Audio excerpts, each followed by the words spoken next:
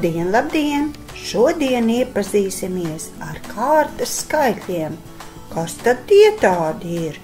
Tie ir skaitļi, kas norāda atrašanās vietu, nevis skaitu. Jeb vieglāk saprotot, atbild uz jautājumu, kur tās atrodas, nevis cik daudz. Piemēram, skatīsimies, kurā lapusē attēlots zaķis, vai arī kalendāra diena, kurā datumā man ir dzimšanas diena, kuru vietu tu ieguvi sacensībās, kurš pēc kārtas stāv pērtiķītis un tam līdzīgi. Pavingrināsimies kopā, kurā vagonā sēž katrs dzīvnieks. Sākam skaitīt vagonus, lokomotīvi neieskaitot.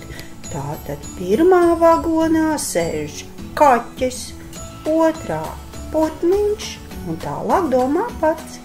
Atcerēsimies pasaku par kukulīti. Ko kukulītis satika pirmo? Pirmo satika zaķīti.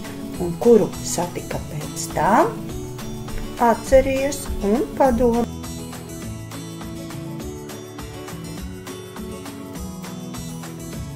Arī kas sēž pirmā solā? Pirmā solā sēž 3 vāveres. Kas sēž otrā solā? Kas sēž 3. solā? Padomā, atbildi. Kurš būs pirmais? Zaķis būs pirmais, bet lapsa būs otrā. Lūk, šādi atbildot, mēs atbildam ar kārtas skaitļu vārdiem. Un šeit, kas dzīvo pirmā stāvā? Lācītis dzīvo pirmā stāvā, bet pērtiķītis otrā stāvā. Un kas dzīvo 3. stāvā? Padomā, kas dzīvo 3. stāvā? Kā tu atbildēsi? Kas stāv 1., 2., 3. un 4. rindā? 1. stāv lācis, 2. Padomā, kā tu turpināsi atbildēt.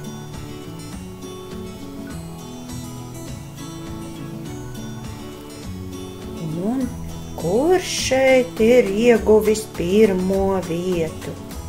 Kurš otro ieguvis un kurš 3. atbildi pilniem teikumiem. Lūk, šie vārdi ir kārtas skaitļa vārdi. Arī stāstot par savu dzimšanas dienu, tu izmanto šo skaitļa vārdus.